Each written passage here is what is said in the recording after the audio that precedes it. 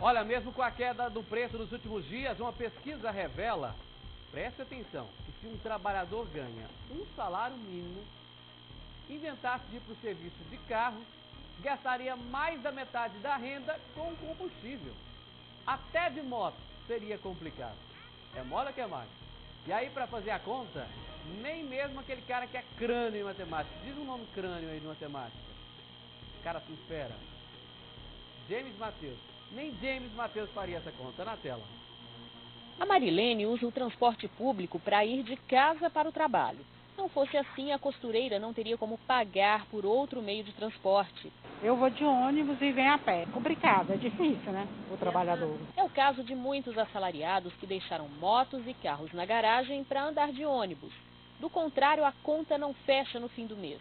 Eu ando só de ônibus, porque os gastos tá muito, né? Uma pesquisa feita pelo movimento Mova-se revela que, apesar da queda no preço do combustível, promovida pela redução da alíquota do ICMS recentemente, o custo do transporte ainda compromete muito a renda do trabalhador. Segundo o Mova-se, o gasto mensal de um automóvel 1.0 abastecido com etanol pode chegar a até 58% do salário mínimo atual. Contando com um deslocamento de 15 quilômetros entre a residência e a empresa, a opção da motocicleta chega a retirar 19,54% do salário mínimo.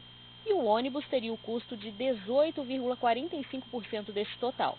Positivamente gerou sim a redução dos preços, né, tanto na gasolina quanto no álcool, mas para quem ganha até um salário mínimo, a redução não foi suficiente. Ela continuou com a receita com transporte impactando bastante no seu orçamento familiar.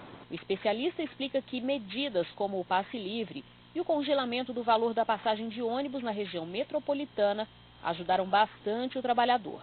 Mas ainda há muito o que se fazer quando falamos em qualidade do serviço. Nem todos deixam o carro pelo ônibus e acaba ocorrendo uma migração maior para a motocicleta. A moto ela é bastante competitiva, né? Ela tem uma eficiência energética muito grande. Enquanto um carro faz 12 km por litro, a moto faz próximo de 50. Então, ela impacta menos. Este professor sentiu o impacto da alta dos combustíveis no orçamento. Não tem como abandonar o carro, mas já precisou fazer adequações para gastar menos com o transporte. Eu tive que fazer aqui, deixar algumas aulas em uma das unidades, porque os custos para essa manutenção de combustível eram muito gastos, isso muito onerosos, de modo que eu tive que me rearranjar. Nem todos têm essa possibilidade.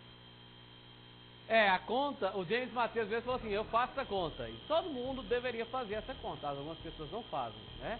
Mas aí também é tanta coisa envolvida na história, né? O tempo perdido hoje. Que se a gente tivesse um transporte público de qualidade, qual o dia que a gente não recebe reclamação aqui, por exemplo, em Rio Verde, reclamação do transporte público? Se a gente tivesse um transporte público de qualidade, eu tenho certeza que ninguém reclamaria. Andaria, muita gente deixaria o carro em casa, né? Tem muita gente lá em Curitiba, por exemplo, que deixou de ir de carro para o trabalho, pessoas que têm condições financeiras. Deixaram o carro em casa, o carro passou a ser um item de passeio e vai trabalhar de ônibus. Por quê?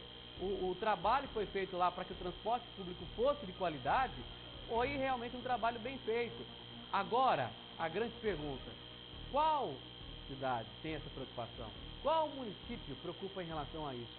Se investe tanto na questão do trânsito, se tivesse investido no transporte, se o ônibus que passasse ali no ponto de ônibus tivesse realmente um horário certo, se ele tivesse conforto, se o transporte fosse de qualidade, muita gente deixaria o carro em casa e iria trabalhar no transporte público. Isso aí iria facilitar muita coisa em relação a tudo.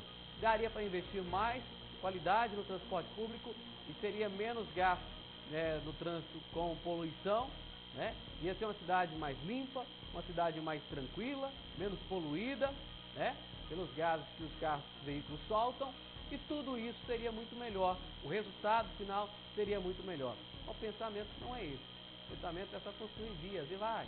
Põe sinaleiros, põe sinalização, e o transporte público continua uma porcaria.